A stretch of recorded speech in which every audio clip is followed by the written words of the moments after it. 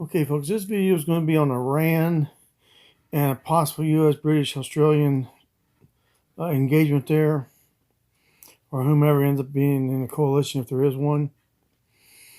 Let's look at Iran. In the Iran-Iraq war, they took 1 million dead, if I remember correctly. That's a lot of people. Given sufficient time, Iran could mount a defense, predominantly infantry, but it could mount a defense.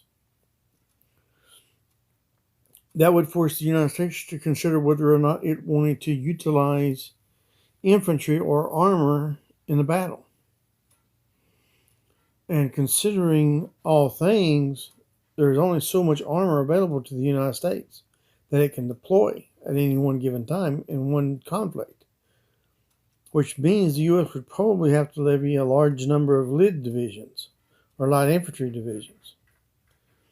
When it comes to supportability, again, a large armored formation that far away over long periods of time would not be easily logistically sustainable. So if it was a quick fight like Iraq was, then Iran wouldn't be that big of a problem. But any kind of long-term fight, particularly if it's a military versus military, say the Iranian military doesn't collapse like the Iraqi military did, if it doesn't collapse, then we could see a considerable number of people die. A fast war could result in a low casualty, easy, fast occupation. But then you'd have occupation casualties. Like I've said previously, it takes 500,000 people just in the army to patrol and occupy a country the size of Iran. And it's got mostly mountainous areas. Then there's the problem of, do we have enough Tomahawk cruise missiles to take out all of the major air defense assets? Again, air defense assets is a problem.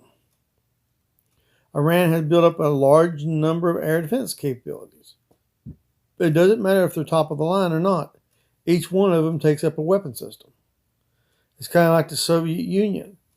They kept around T-34s not just because they were tanks, but because the enemy had to knock them out or take the consequences of them getting close enough to actually damage their tank. So just because they're old systems or not as advanced doesn't mean that they're completely unusable. Utilization of supportable elements like that, even if they are lower tech, can force you to have to divert firepower from your primary targets to secondary targets that you don't really want to hit, such as low-grade air defense assets. I mean, you take an Avenger anti-aircraft missile battery, they're low priority targets to the main Air Force elements. But as the battle goes on, their priority keeps edging upwards until finally you have to say, well, hey, even them low quality or low echelon air defense assets eventually have to be taken on in order to get your helicopters in there and all your equipment in there and all that other stuff.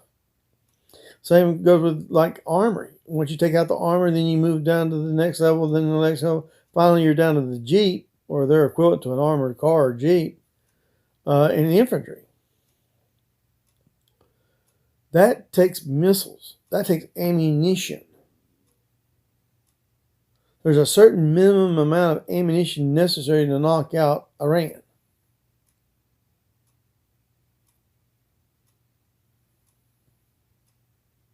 And until that's achieved in theater, the U.S. military cannot effectively engage Iran. It can hurt Iran, but it cannot effectively engage it, meaning it can't take it down. Look how long it took our air war in the Gulf War, Desert Storm as they called it, in 91. It took 30-something days to knock out all of Iraq's air defense sites, missile sites, most of their tanks, a good chunk of their command and control and air defense capability that all the way down. By the time they got to the front line and the fortifications and stuff they had to knock out with aircraft, we knocked almost all of that out with aircraft. But I forgot artillery. But we were willing to stick it out and to put that much into it. Well, Thomas, what's out here? Have a good one.